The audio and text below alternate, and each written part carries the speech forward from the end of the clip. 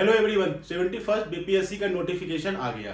Target BPSC 71st के series में आज हम लोग देखेंगे कि बीपीएससी में जो प्रीलिम्स होता है उसमें साइंस, जिसके विषय में हमने आपको क्लियर कहा था पिछले वीडियो में भी कि इसमें 25 से 30 क्वेश्चन आपको साइंस में दिखते हैं। तो उसके एनालिसिस को देखेंगे कि किस किस टॉपिक से कितना कितना क्वेश्चन आता है, ताकि आप अपनी तैयारी को और अच्छा कर सको।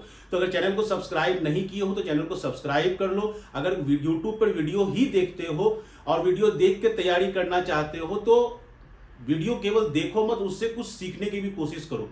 यहाँ पे आपको ये मैं क्लियर बता रहा हूं कि अगर आपको बीपीएससी ऑफिसर बनना है तो आपको ये प्रीलिम्स का एग्जाम पास करना पड़ेगा।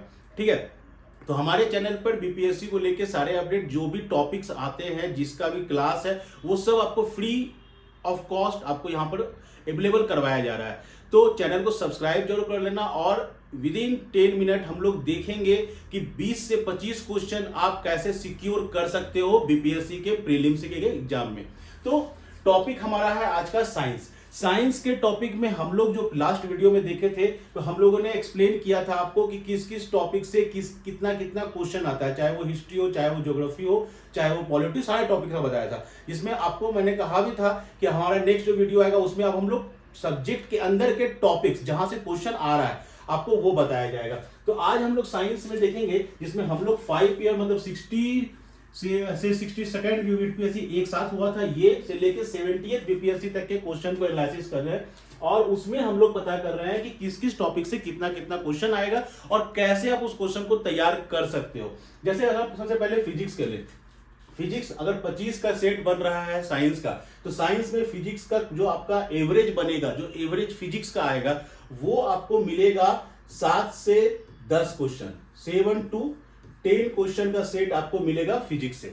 ठीक है, फिजिक्स को हमने बांटा है 6-7 टॉपिक्स में। जैसे पहला टॉपिक हमने लिया कि मेजरमेंट, मास मेजरिंग, मास है, मेजरिंग इंस्ट्रूमेंट्स है, एनर्जी कंजर्वेशन का लॉ है। बहुत सिंपल सा टॉपिक है। मेजरमेंट मतलब क्या हुआ कि यूनिट एंड डायमेंशन पूछता है कि मतलब मान लो कि हम फोर्स लगा रहे हैं, अगर हम बल का प्रयोग कर रहे हैं तो इसका यूनिट क्या होगा, तो इसका यूनिट होता है न्यूटन। तो इस तरीके से क्वेश्चन आपको यहाँ पर दिखते हैं। अगर इतने सारे ईयर के क्वेश्चन को ऐड कर रहे हैं तो टोटल 18 क्वेश्चन इस केवल इतने टॉपिक से आया हुआ है। ठीक है, जिसमें यूनिट डायमेंशन है, एनर्जी कंजर्वेशन का लॉ है। ठीक है, मेजरिंग इंस्ट्रूमेंट बहुत इंपॉर्टेंट रहता है। हमेशा एक क्वेश्चन आपको दिखेगा बीपीएससी के पीटी में कि एक नाम दिया हुआ रहेगा एक इंस्ट्रूमेंट्स का। ठीक है, चाहे वो एमीटर दिया हुआ हो, चाहे वो वोल्ट मीटर दिया हुआ हो, वाट मीटर दिया हुआ हो, इस तरह से एक नाम दिया हुआ रहेगा और आपसे पूछा जाएगा कि ये जो इंस्ट्रूमेंट है वो किस यूनिट को, मतलब किस फिजिकल क्वांटिटी को मेजर करती है। ठीक है, तो यहाँ पर बहुत सिंपल सा एक नंबर आपका तो सिंपल यहाँ पर आपको बन जाएगा।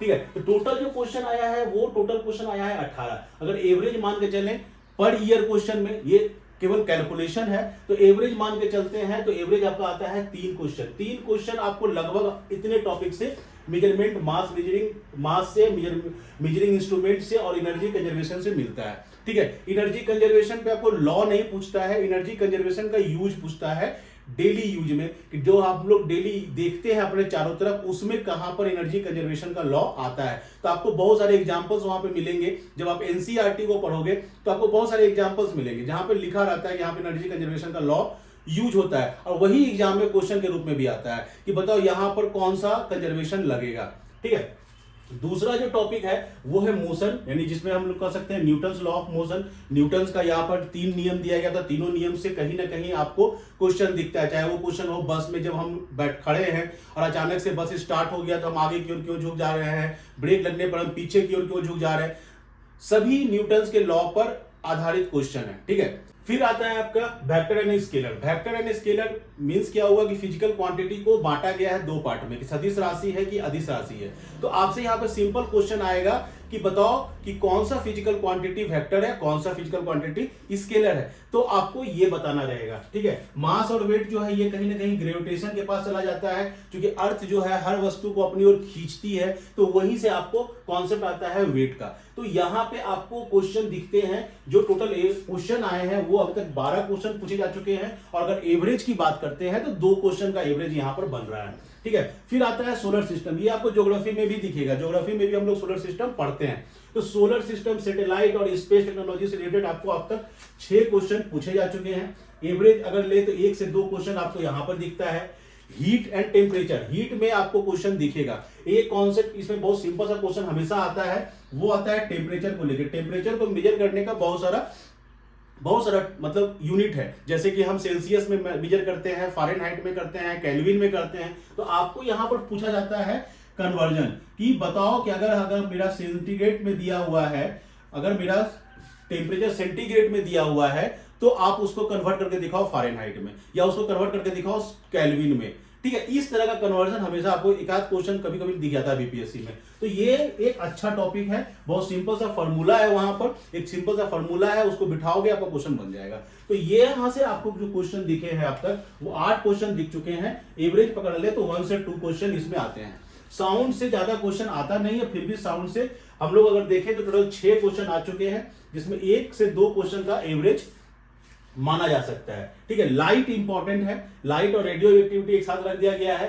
तो लाइट से क्वेश्चन ज्यादा रहेंगे हमेशा, क्योंकि लाइट जो है, अब सिंपल सा कॉन्सेप्ट लगा लो ना कि साइंस वही क्वेश्चन पूछा जा रहा है जो आपको डेली दिखता है। तो सबसे अधिक आपको क्या दिखता है? आपको लाइट ही दिखता है। तो लाइट से रिलेटेड क्वेश्चन आपको हमेशा दिखेंगे, जिसमें रिफ्रैक्शन, रिफ्लेक्शन, ठीक है, उसके यूज, उसके एग्जाम्पल, उसका जो आपको दिख रहा है, जैसे कि हम बोलते हैं मिराज का बनना, ठीक है, वहां पर, या पेन को हम जब पानी में डाल दिए तो पेन हमें थोड़ा सा टिल्टेड, टेढ़ा दिखाई देता है, तो क्यों दिखाई दिया, कौन सा रोल लगा वहां पर, अपवर्तन लगा कि परावर्तन लगा। इस तरह के क्वेश्चन ही आते हैं, ज्यादा टिपिकल क्वेश्चन नहीं आता है। बट अगर आपको लाइट का बेसिक कॉन्सेप्ट पता है कि किस घटना का क्या मतलब है, ठीक है, परावर्तन हम कब करते हैं, अपवर्तन हम कब करते हैं, जो मेरा मिरर बनता है वो किस मिरर का कैसा शेप है, अगर नॉर्मल चीज भी आपको पता है तो आप लाइट के क्वेश्चन को सॉल्व करेंगे, जिसका एवरेज देखोगे तो 2 से 3 क्वेश्चन का एवरेज रहता है हमेशा लाइट का। इंपॉर्टेंट सेक्शन है लाइट आपका। इलेक्ट्रिसिटी और मॉडर्न फिजिक्स, इसमें बेसिकली आपसे क्वेश्चन जो पूछा जा रहा है, ये लिखने का मतलब यहाँ पर ये है, इलेक्ट्रिसिटी से तो क्वेश्चन दिखाएगा। मॉडर्न फिजिक्स मतलब हुआ कि सेमीकंडक्टर से आपसे रिलेटेड क्वेश्चन पूछा जाएगा। ठीक है, क्योंकि आज के युग में हम मोबाइल, टीवी, कंप्यूटर, चिप, यही सब देख रहे हैं, ये सब कहीं ना कहीं मॉडर्न फिजिक्स में सेमीकंडक्टर पर बेस्ड है। तो सेमीकंडक्टर, जिसको हम लोग अर्धचालक भी कहते हैं, सेमीकंडक्टर पर आपको कई सारे क्वेश्चन एग्जाम में दिखेंगे। और इसका अगर हम लोग देखें टोटल क्वेश्चन निकाले तो वो निकला हुआ है 15। एवरेज जो आ रहा है वो आ रहा है 2 से 3 क्वेश्चन। तो फिजिक्स से आपको अगर इतना टॉपिक आप कर लेते हो तो आप गारंटेड रहो कि आपके एग्जामिनेशन में जो क्वेश्चन आएंगे वो आपसे बनेंगे और ये क्वेश्चन आपसे छूटेगा नहीं। नेक्स्ट हम लोग देखते हैं केमिस्ट्री को। केमिस्ट्री ये आपका ईयर वाइज है कि किस ईयर में किस टॉपिक से कितना क्वेश्चन पूछा गया था। ठीक है, नेक्स्ट हम देखते हैं केमिस्ट्री को। केमिस्ट्री में अगर हम देखते हैं तो केमिस्ट्री से ज्यादा क्वेश्चन नहीं आता है, 4 से 5 क्वेश्चन का एवरेज पकड़ लो कि 4 से 5 क्वेश्चन ही दिखेंगे केमिस्ट्री में। और केमिस्ट्री को अगर हम बांटते हैं तो केमिस्ट्री में स्टेट ऑफ मैटर से आपको क्वेश्चन दिखता है, जिसमें टोटल 5 क्वेश्चन अब तक पूछे जा चुके हैं। एवरेज पकड़ लो, 1 क्वेश्चन का एवरेज है यहाँ पर। एटॉमिक स्ट्रक्चर इंपॉर्टेंट है, इससे क्वेश्चन दिखेंगे। एटॉमिक स्ट्रक्चर मतलब क्या हुआ कि जब डाल्टन ने, ठीक है, जब डाल्टन ने अपना एटॉमिक थ्योरी दिया था, यहां पर डाल्टन का एटॉमिक थ्योरी, यहां से कहानी शुरू होता है। और डाल्टन के एटॉमिक थ्योरी के बाद, ठीक है, डाल्टन के एटॉमिक थ्योरी के बाद इलेक्ट्रॉन, प्रोटॉन और न्यूट्रॉन डिस्कवर किया गया। ठीक है, तो यहां पर 3 पार्टिकल आ गए, इलेक्ट्रॉन आ गए, प्रोटॉन आ गए और न्यूट्रॉन आ गए। इसी से रिलेटेड आपको क्वेश्चन हमेशा पूछता है, या तो इसका प्रॉपर्टी पूछेगा या तो इसका यूज पूछेगा। जैसे एक क्वेश्चन आपको दिया हुआ रहेगा, एक एलिमेंट दिया हुआ है, यहां पर एटॉमिक मास नंबर है, ये उसका एटॉमिक नंबर है, तो आपको मास नंबर और एटॉमिक नंबर में रिलेशन पूछता है हमेशा। ठीक है, तो ये बहुत छोटा सा कॉन्सेप्ट है, बहुत छोटा सा, और आपको एक क्वेश्चन वहां पर दिख जाएगा। तो ये एक अच्छा इंपॉर्टेंट टॉपिक है जो आप कर सकते हो। 2 क्वेश्चन का एवरेज यहां पर हम लोग मान के चल रहे हैं। ठीक है, उसके बाद आ गया acid, base, salt and pH value. Acid किसको कहते हैं, बेस किसको कहते हैं, सॉल्ट किसको कहते हैं, ये तो आपको बेसिकली जानना चाहिए। साथ ही साथ आपको जानना होगा कि कौन कौन सा एसिड आप डेली यूज में ला रहे हो, बेस कौन सा यूज में ला रहे हो, सॉल्ट कौन सा यूज में आ रहे हो। और पीएच वैल्यू जो होता है वो उसका स्ट्रेंथ को मेजर करता है। ठीक है, उसके स्ट्रेंथ को मेजर करता है। तो आपसे यहाँ पर जो क्वेश्चन दिखे हैं उसमें दिखेगा कि रेन वाटर अगर है तो वो एसिडिक है कि बेस है, अगर एसिडिक है तो कितना उसका एसिड है, ब्लड है वो एसिडिक है कि बेस है। इस तरह के क्वेश्चन ही दिखते हैं। मतलब नॉर्मल अगर नॉलेज आपके पास है एसिड बेस का तो आप आराम से इसका आंसर दे सकते हो। और इससे अब तक 15 क्वेश्चन पूछे जा चुके हैं, एवरेज हम लोग ले रहे हैं 2 क्वेश्चन का।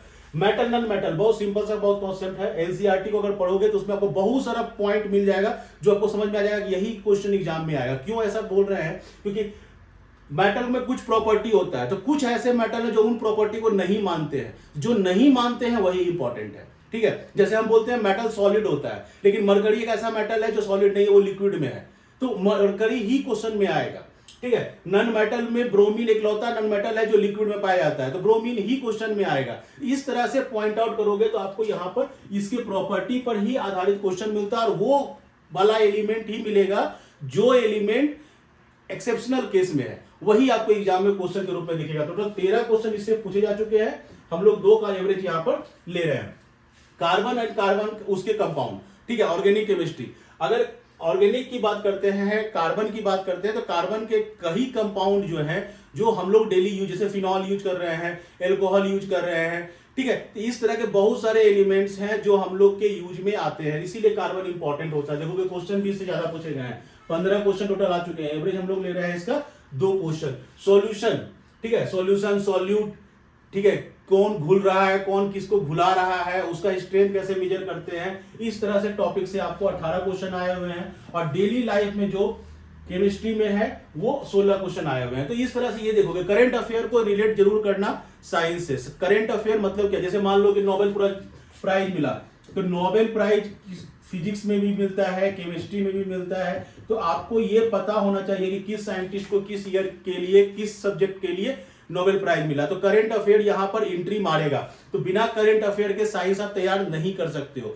तो करंट अफेयर के साथ साइंस को रिलेट करने की कोशिश करो, आपको यहां पर दोनों सेक्शन में हेल्प होगा, करंट अफेयर के सेक्शन में भी हेल्प होगा, और साइंस में तो आपको नंबर मिलेगा ही मिलेगा।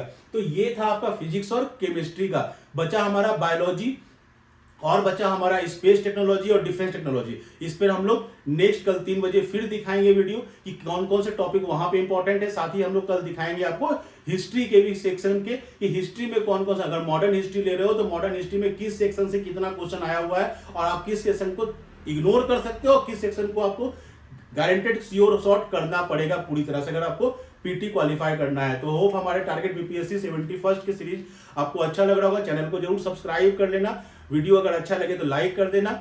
क्योंकि चैनल छोटा है, रीच कम है, तो आप लोग के हेल्प से ही ये चैनल और ग्रो कर सकेगा। चलो, थैंक यू।